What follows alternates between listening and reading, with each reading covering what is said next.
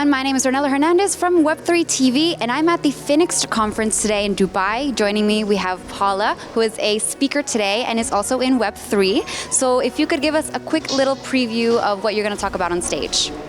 So what we're going to talk about actually is closely related to my background. I have been in the traditional capital markets for a while now, and I guess that around 2018 my path got crossed also with blockchain. So today we're talking actually about the uses of blockchain in traditional capital markets. Okay. Can you share a few points from your talk? Definitely. I mean, there are literally millions of things and so many potential uses, but something that I'm really excited about is mainly issuing of securities and basically just the transparency that blockchain can provide into the sector. And I think the adoption is already very high, way higher than what is commonly believed. So it's a very interesting sector to explore. Yeah, definitely. Like you said, adoption is coming and fast. And you mentioned that you got into the industry in 2018. Could you talk a little bit about how that happened? How did you hear about the blockchain technology industry? Well, I think being in Dubai, not hearing about it, like you should be living a bit out of the city. You've been living here for a while then? Yeah, I've been here for 7 years now, and I always say I just got lucky. It's such a tech hub, so obviously I was also interested, so I would be always following the innovation in the financial markets, what's happening, and there were so many events and campaigns, etc. So I just connected with the right people. In 2018, I co-founded a company that was actually using the distributed ledger for issuing of securities. So that's how my journey began. Okay, I see. So do you want to give us your opinion on maybe what's going on right now in the regulatory landscape when it comes to the SEC claiming assets to be securities? What do you think about that? I have been always saying that I'm very pro-regulation, and in the past years we had been seeing a lot of scams going on, and I guess that every person that had been into the space had bought an asset or had a wallet, whatever, suffered in a way. Like, doesn't matter how maybe an exchange they were using shut down or something like that happened. So I always say that it had been the Wild West until now.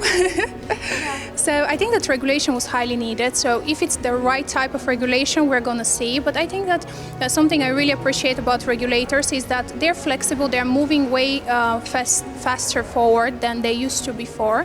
And they're kind of trying to regulate it as financial markets, as they are, because this is kind of an alternative financial system. And I think it should be highly regulated. About the approach, again, like I think that it's a bit too harsh, too fast, but we're going to see long-term how the whole regulation will shape. And eventually all regulation comes under regions, right? So we're going to see basically how it's in the Middle East, Europe, US, and how that progresses. But generally, I think it's a really good step. Yeah, no, I agree. I guess the approach was a little too aggressive in the US, but here in the UAE, it's been a much more supportive environment with the government having that top-down initiative, right? I always say how much I admire the government here and everything that they have been doing for the tech sector. And even now for blockchain, their framework is just brilliant. And they were actually one of the first ones that came with a complete framework for regulating specifically the blockchain sector and crypto. It's very specific without being extremely restrictive. Yeah. I think it's beautiful. It's explicit and there's clarity, which is always a good thing. All right. And so are there any trends or sectors that you're particularly passionate about when it comes to Web3 and blockchain? I don't know, are you a big NFT collector, for example? No. Okay. I'm very old school. I really love real life applications. I love things that you can touch and feel, basically, and things that are solving real life problems.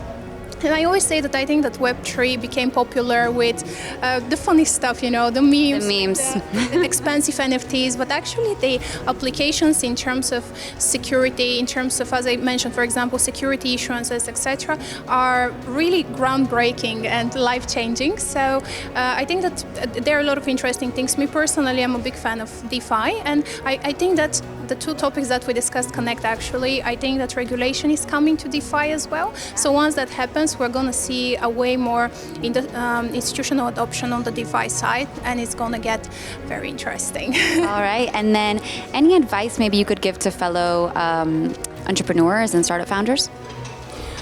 Advice, I always give similar advices. It's very long, actually. It's a list of many things, but maybe the one of them. I think the one and most important one is connecting with people and building your network. That's the key number one thing. There is always something to learn from people, and even maybe if you don't have today common touch points, the way you go and you learn, you come back after 2 years and then you figure out like how much valuable information that was. So my top advice is definitely connect with people and expand your network. Definitely, and keep up those relationships, right? Yeah, definitely. All right, well, thank you so much for your time today, and good luck on your talk. Same here. Thank you so much. Thank you.